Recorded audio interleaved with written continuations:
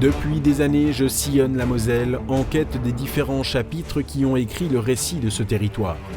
Mes rencontres avec des historiens et des passionnés m'ont aidé à lever progressivement le voile sur l'épopée mosellane. Un territoire unique qui n'est devenu français officiellement qu'au XVIIe siècle. Un territoire où les vestiges retracent plus de 2000 ans d'occupation humaine. Nombreux sont ceux qui ne voient pas toute l'histoire qui nous entoure. Pourtant, il suffit d'ouvrir les yeux. Je m'appelle Tim Girard, je suis journaliste spécialisé en histoire et patrimoine. Amoureux de mon territoire natal, j'ai pour ambition de partager ce qui a construit la Moselle dans ses meilleurs, mais aussi dans ses pires moments.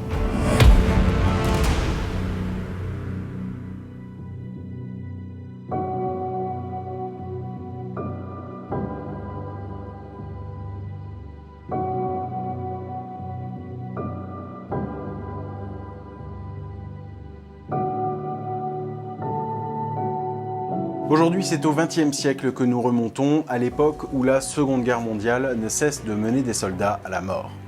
En 1944, la bataille pour la libération de la Lorraine est une épreuve pour les Alliés.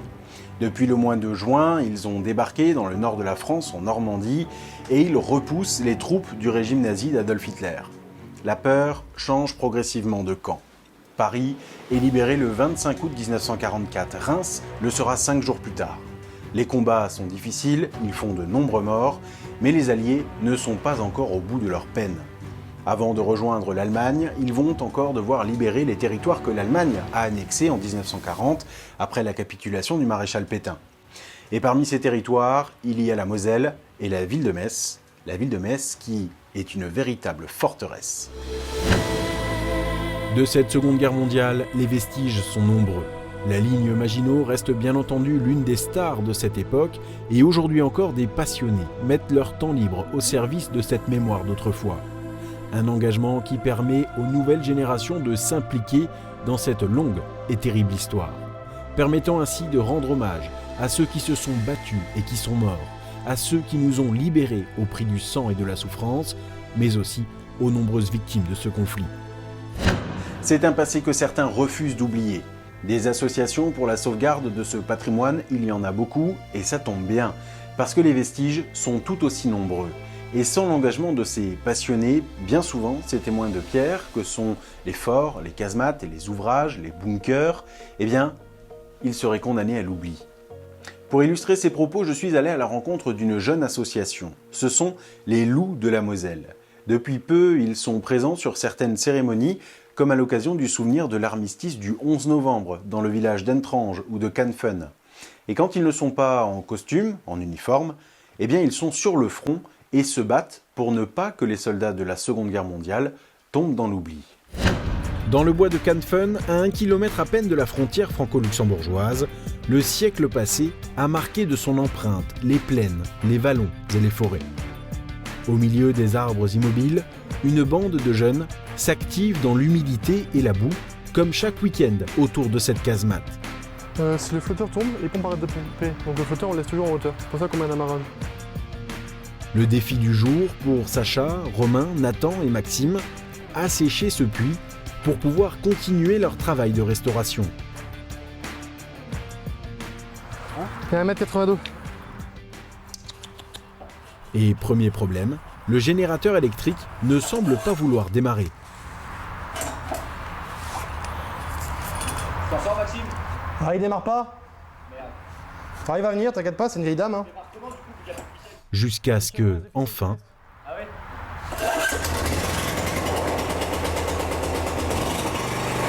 Comme ça. Et quand l'eau commence à couler, le soulagement est réel. L'équipe va pouvoir s'atteler à d'autres travaux pendant que le siphon se vide. En même temps, il n'y a pas grand chose à pomper. Là, on est pas mal du tout. Hein. Voilà près d'un an que l'association Les Loups de la Moselle se mobilise pour restaurer cette construction de la ligne Maginot. Et leur grand ennemi, c'est l'eau, qui ne cesse d'envahir la casemate, mettant en péril ce vestige de béton armé, mais aussi et surtout ce qu'il symbolise. Et c'est l'arrivée d'eau potable qui coule dans le siphon et qui bouche l'égout. Les casemates de Canfun, ce sont les toutes premières casemates de la Imagino construites et opérationnelles. C'est-à-dire que le projet initial voulait que l'ouvrage de Canfun se trouve ici. Avec un problème de terrain, il sera construit donc à Immerhof, à Étangerande. Et après ici, les casemates sont donc les toutes premières construites et les premières testées. Les armements sont testés le 24 décembre 1931. Elles sont opérationnelles définitivement en 1934, donc elles sont vraiment les doyennes de la ligne Maginot. Ici, les hommes qui étaient équipés étaient en tenue encore bleu horizon quand ils ont commencé à équiper les casemates. Du haut de ses 15 ans, Sacha fait partie de l'association depuis sa création en août 2021. Chaque week-end, il vient ici pour participer aux efforts. La casemate, il la connaît comme sa poche et son histoire, il la récite sans effort. Alors actuellement, nous sommes dans la chambre de tir de la casemate qui contenait 2 jumelages de mitrailleuses et un canon anti-char qui était posé sur ce rail qui pouvait être interchangé avec ce jumelage de mitrailleuse. Passionné par l'histoire de la Seconde Guerre mondiale, l'engagement de Sacha au sein de l'association passe aussi par le partage de sa passion avec ses amis et non sans conviction. Comme mes plus grands amis traînent beaucoup avec moi, du coup je leur fais aussi un peu découvrir les choses là, les week-ends. Des fois on se balade un peu en forêt, je leur montre quelques forts, quelques blocos dans la forêt. On dit tout le temps que les forts ici n'ont pas servi, pourtant ils ont tous servi, même si ce n'est qu'un peu, ils ont tous servi et il faudrait montrer ça à tout le monde parce qu'on dit souvent que la ligne Maginot représente la défaite française, ce qui est totalement faux, quoi. Et moi je trouverais super intéressant que de plus en plus de monde s'intéresse à la ligne Maginot, même s'ils viennent de partout en France. On voit dans certains forts, il y a même des Polonais, il y a plein de gens qui viennent de super loin pour voir la ligne Maginot, mais souvent c'est des gens d'autres pays, comme des Allemands. Il y a beaucoup d'Allemands qui s'intéressent à la ligne Maginot, mais les Français, le problème c'est que les Français, il n'y en a pas tant que ça qui s'intéressent à la ligne Maginot. Motivés, les loups de la Moselle se donnent 10 ans pour que ces vestiges deviennent un parcours de visite digne de ce nom. Et ils le savent, ils ne sont pas au bout de leur peine.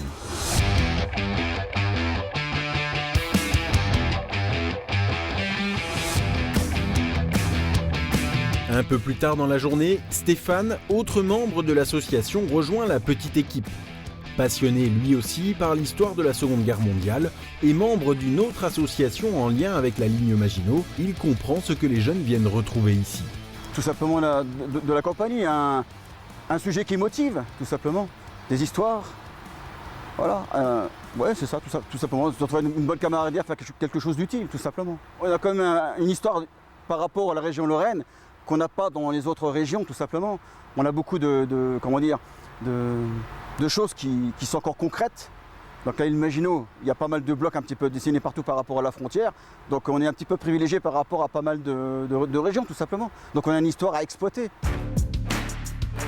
Au sein de l'association, les tâches sont multiples, mais chaque action se fait autour d'une ambition commune, partager l'histoire et participer à ne pas oublier ceux qui ont combattu ici durant la Seconde Guerre mondiale.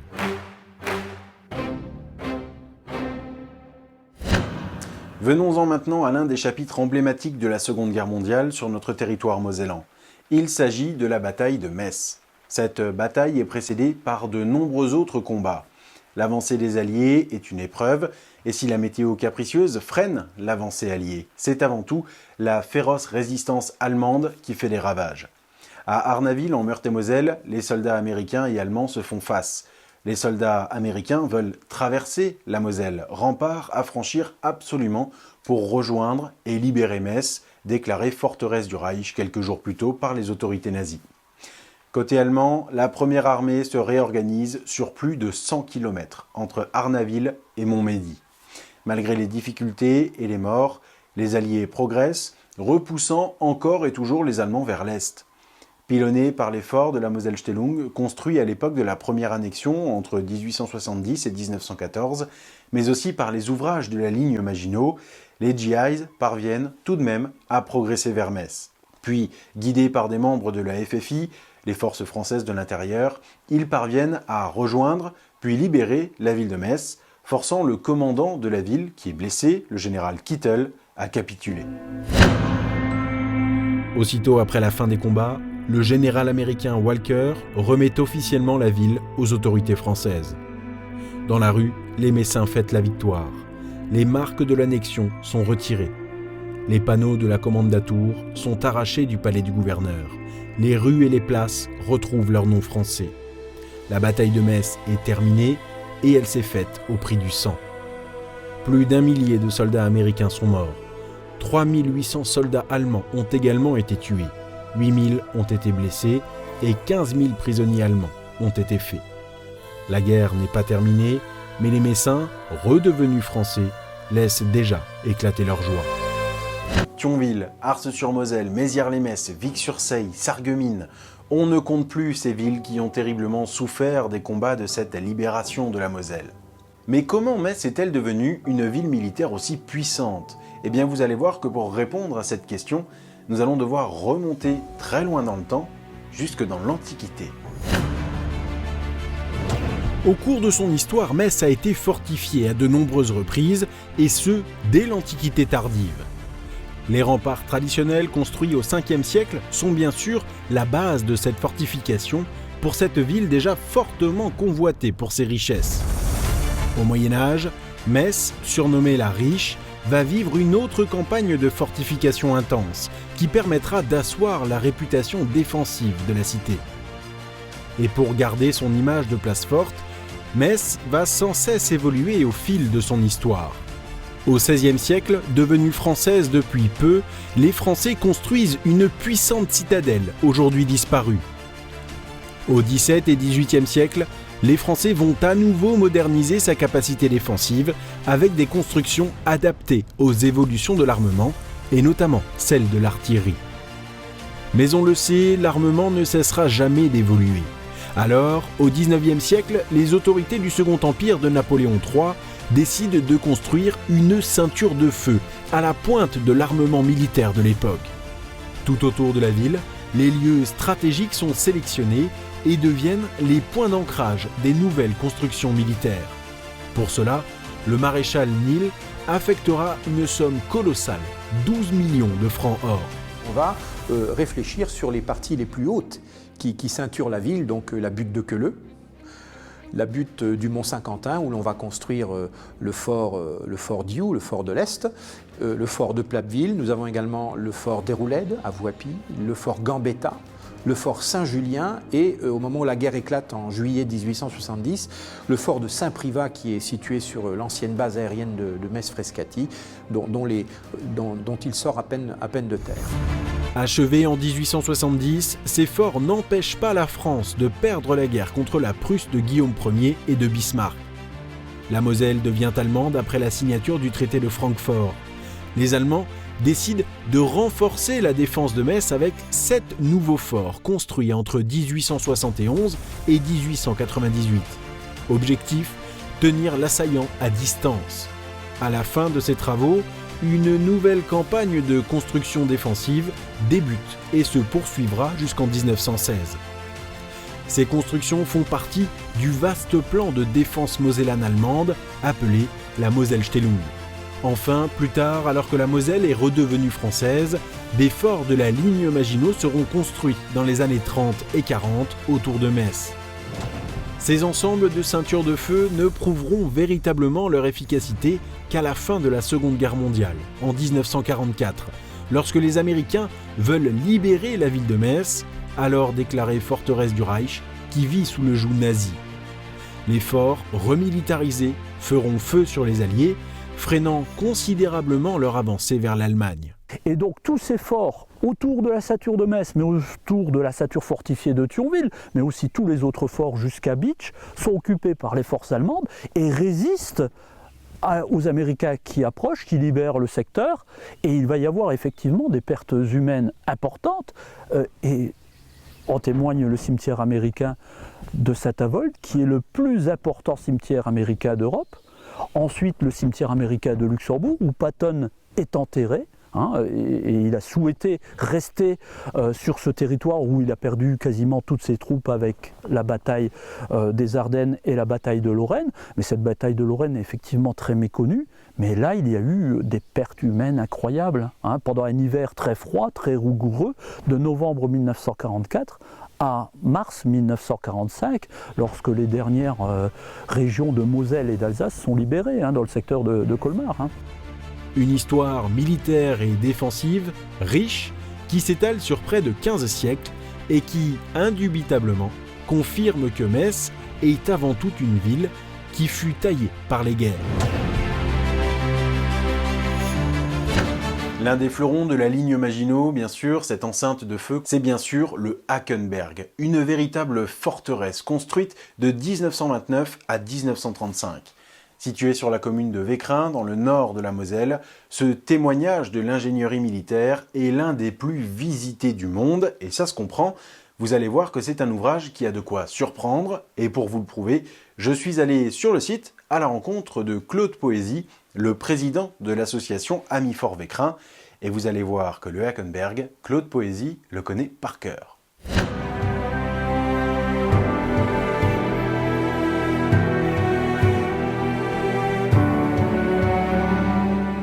Bonjour Claude. Bonjour Tim. Vous êtes donc président de l'association Amis Fort Vécrin et on se trouve devant l'entrée de cet emblème de la ligne Maginot. Oui, tout à fait. Le Hackenberg est le plus gros ouvrage de la ligne Maginot, avec ses 10 km de galeries et une emprise qui allait jusqu'à 160 hectares en 1939. Voilà pour l'introduction, il est temps maintenant de nous rendre dans le ventre de la bête. Une bête construite entre 1929 et 1935. Voilà, Tim, ici on a la seconde porte bladée, donc ces portes étanches étaient totalement fermées à l'époque. Aujourd'hui on les a grandes ouvertes pour permettre le passage du train, mais aussi des visiteurs. Qui sont nombreux d'ailleurs, on est sur l'un des ouvrages les plus visités de la ligne Maginot. Tout à fait, alors en temps normal on accueillait jusqu'à 36 000 visiteurs chaque année, les bonnes années, exceptionnelles, qu'on a des commémorations, qu'on a également des animations. Et donc ces portes se refermaient, étaient totalement étanches et en cas d'explosion, d'attaque extérieure avec les bladés ennemis bien sûr, il y a un virage ici en S qui évitait que le char ennemi fasse un tir complet dans la galerie de l'ouvrage. Ici, ce sont plus de 1000 hommes qui devaient se restaurer et la taille de ces cuisines, très modernes pour l'époque, en témoigne. Tout est électrique, donc on n'est plus au fourneau à bois qui dégageait énormément de fumée et qui se repérait à des kilomètres par l'ennemi. Là, on veut être discret, tout est automatique. On voit les premières hottes aspirantes, d'ailleurs. Les premiers fours à viande, totalement électriques. Alors depuis, on a juste inventé le micro-ondes, voilà. Four électrique, chaleur tournante, les percolateurs à café, les filtres à eau. Et donc, ça demande, bien sûr, une énorme alimentation électrique. Et d'où venait-elle, cette électricité? Réponse dans quelques instants avec la suite de la visite. Sur le chemin, nous passons par l'atelier. Et oui, lorsqu'un ouvrage veut être autonome, il doit pouvoir assurer la réparation de ce qui tombe en panne. Et on ne parle pas d'une simple cafetière, on parle carrément d'une usine électrique qui, grâce au travail des bénévoles, fonctionne toujours. Donc en cas de coupure de l'arrivée extérieure, ces groupes électrogènes prennent la relève. 2 moteurs suffisent pour éclairer, faire ventiler, chauffer tout l'ouvrage. On en a 4, donc toutes les normes de sécurité sont doublées. On a même un 5e moteur en cas de coupure des 4 premiers et tout cela fonctionne grâce à l'atelier qu'on vient de quitter. On fait les réparations sur site. On a les ateliers, on a les électromécaniciens sur place qui font le nécessaire. L'électricité simplifiait considérablement la vie des soldats, avec par exemple le train, que j'ai hâte de tester, même s'il fait beaucoup de bruit. Le train permet de faire les grandes distances, mais le train n'est pas utilisé par les soldats. Le train est uniquement pour le transport des munitions et de la nourriture. Claude me fait ensuite visiter une chambrée de sous-officiers, des chambres plus confortables que celles des simples soldats. Et on peut y voir des instruments de musique, utiles pour distraire ces hommes enfermés à plusieurs mètres sous terre. Et pour rejoindre notre prochaine et dernière étape, empruntons un autre bijou de modernité pour cet entre-deux-guerres, cet ascenseur pouvant transporter jusqu'à 2,3 tonnes.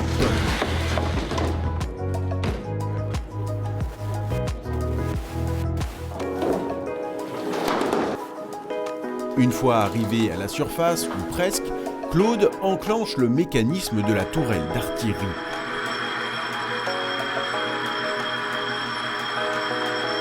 Impressionnant, n'est-ce pas? Allez, il est maintenant temps de sortir et de découvrir ça de plus près. Donc nous voici donc avec les cloches et la tourelle d'artillerie du bloc 9. Donc on a ici une tourelle d'artillerie de 135 mm, c'est 2 tubes jumelés qui peuvent tirer jusqu'à 5 km 600 autour de l'axe central.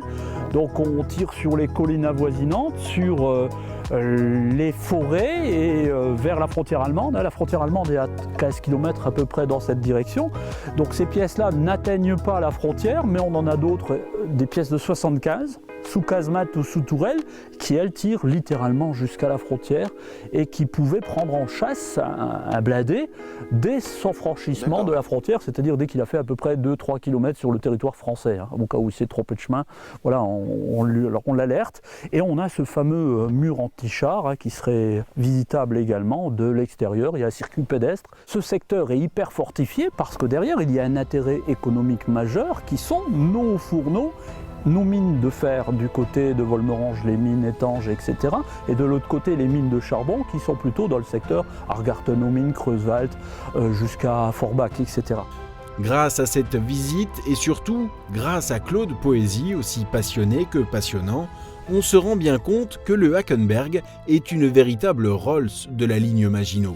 Si vous voulez visiter le Hackenberg, n'hésitez pas à aller à la rencontre des membres de l'association Amis Fort Vécrin. Ils sont passionnés et passionnants. Avant de clore cette émission, partons maintenant à la rencontre d'un autre passionné de cette période. Il s'appelle Alexis et sa passion, vous allez le voir, s'est même transformée en engagement. Bienvenue dans ma collection dédiée à la Seconde Guerre mondiale à Metz, à la Libération. Donc que des pièces originales relatives à l'armée américaine en Moselle, à la 5e et à la 95e division notamment. Cette pièce où sont entreposés des centaines d'objets est un véritable musée. Ici, chaque élément de cette collection raconte un morceau de l'histoire de la bataille de Metz.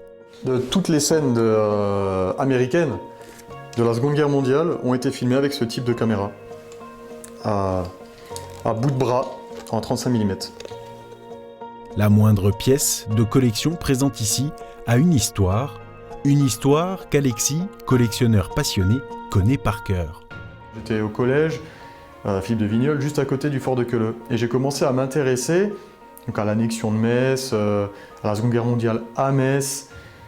Et de fil en aiguille, je ramassais des petites pièces par terre quand je me baladais au fort de Queuleux, des vieux trucs rouillés. Et je commençais à collectionner en fait tout ce qui se rapportait à Metz. Le Daily News du 14 septembre, donc c'est les journaux qui recevaient aux États-Unis et sur lequel le 14 septembre on peut voir là une photo assez célèbre de la bataille de Metz. C'est quand ils arrivent là des hauteurs de Dorno pour prendre la passerelle et traverser la Moselle, direction Corny, bois du fer à cheval. Je me suis construit un peu autour de cette bataille de Metz, qui est inconnue justement, et moi, c'est le fait que cette bataille soit inconnue qui me donnait envie de la découvrir. C'est pour ça que je me suis intéressé à cette bataille en particulier, et par la suite, j'ai rencontré d'autres personnes qui étaient passionnées de ça et on a pu échanger. J'ai rencontré des familles, des vétérans. Alors au niveau de cette carte qui était réalisée à la main par le QG de la 5e division d'infanterie quand ils arrivent dans le secteur d'Arry, donc suite à la traversée d'Arnaville. Donc ça nous indique toutes les positions SS, 38e, 37e. Et certains objets reconnaissables au premier coup d'œil rappellent sans mal les sombres heures de la Seconde Guerre mondiale. Donc concernant la vitrine là, c'est que des pièces qui concernent l'annexion de Metz. Annexion de Metz en 1940 par le Troisième Reich. Tout sort de Metz. Par exemple, on va prendre ce brassard, qui est une pièce authentique, qui sort de Peltre, qui sort des bonnes sœurs de Peltre. Il y a toujours une connotation, on pose des questions. Pourquoi est-ce que tu as ce type d'objet? Pourquoi est-ce que tu collectionnes des objets liés à l'armée allemande, au Reich? Mais il ne faut pas oublier que Metz était allemande et c'est des pièces historiques, quelque part des pièces de musée. C'est des pièces qui nous rappellent ce qu'était Metz. Ces objets, tous d'époque, Alexis y fait très attention, conscient qu'il s'agit là d'une page de notre histoire qu'il veut sortir de l'oubli. Casques, carnets nominatifs, médailles, autant de témoignages qui permettent de mettre des noms, des visages sur la sanglante bataille de Metz. Toutes ces recherches et ces collections, le jeune homme met un point d'honneur à les partager au plus grand nombre, et pour cela, il se sert des réseaux sociaux. J'ai créé Metz en guerre en 2018, c'est une page sur Facebook, et je m'en sers comme une base d'archives consultable par tous. Ce qui permet aux personnes d'avoir accès à des photos notamment que moi je vais acheter à titre personnel pour pouvoir les repartager. Et je me sers de cette page, des réseaux sociaux, pour que ces personnes puissent avoir accès à ces fonds, à ces archives, à ces histoires ou ces anecdotes. En 10 ans, Alexis a acheté plusieurs centaines de photographies d'époque qui racontent toute une partie de cette histoire de la bataille de Metz. Et grâce au partage de cette mine d'informations, il permet à tous d'en apprendre plus sur cette bataille méconnue, aux passionnés, mais aussi aux vétérans eux-mêmes et aux descendants des victimes de ce conflit. Des victimes qu'Alexis n'oublie pas non plus. Donc j'ai rencontré une grande partie, un certain nombre de vétérans américains de la bataille de Metz en 2019 quand ils sont revenus. Et de là, on a été au cimetière américain à Saint-Avold. On défilait à travers les tombes et où ces vétérans, je pense notamment à Frank Taylor de la 95e, m'a dit, je m'en rappelle, il me prend par l'épaule et il me dit tu vois toutes les tombes qui sont là, tu vois ces gars-là, j'en ai connu un certain nombre qui sont enterrés là et ils avaient tous ton âge. Et ça, c'est une phrase qui m'a marqué. Et je me suis dit, il faut que ces gars-là, on les sorte de l'oubli. J'ai pris la décision de parrainer des tombes de soldats américains, ce qui est possible dans les cimetières américains, de parrainer une tombe, ce qui nous permet d'aller fleurir la tombe une fois dans l'année et de faire des recherches sur ce soldat. Ce qui m'a permis de retracer leur histoire et de retrouver leurs descendants, leur famille. Alexis Houdard fait partie de ceux qui refusent d'oublier cette bataille de la libération de la Lorraine et de Metz. Grâce à ses travaux et à ses collections, des visages ressortent de l'oubli et illustrent cette bataille qui a incontestablement marqué le territoire mosellan. Et voilà, c'est la fin de ce nouveau numéro de Destination Moselle consacré à la Seconde Guerre mondiale et à ses vestiges et à ses passionnés. Une histoire qui a grandement marqué notre territoire par le sang et par les armes. Partout sur le territoire, vous pouvez partir à la découverte des éléments de la ligne Maginot et de la Moselle-Stellung. Ils sont nombreux et ils ont tous quelque chose à nous apprendre sur ces guerres, avec ces batailles et l'armement des soldats de l'époque. Et coup de chapeau bien sûr à tous ces passionnés qui nous permettent aujourd'hui de mieux comprendre cette terrible page de notre passé et qui s'engagent pour la sauvegarde de ce patrimoine.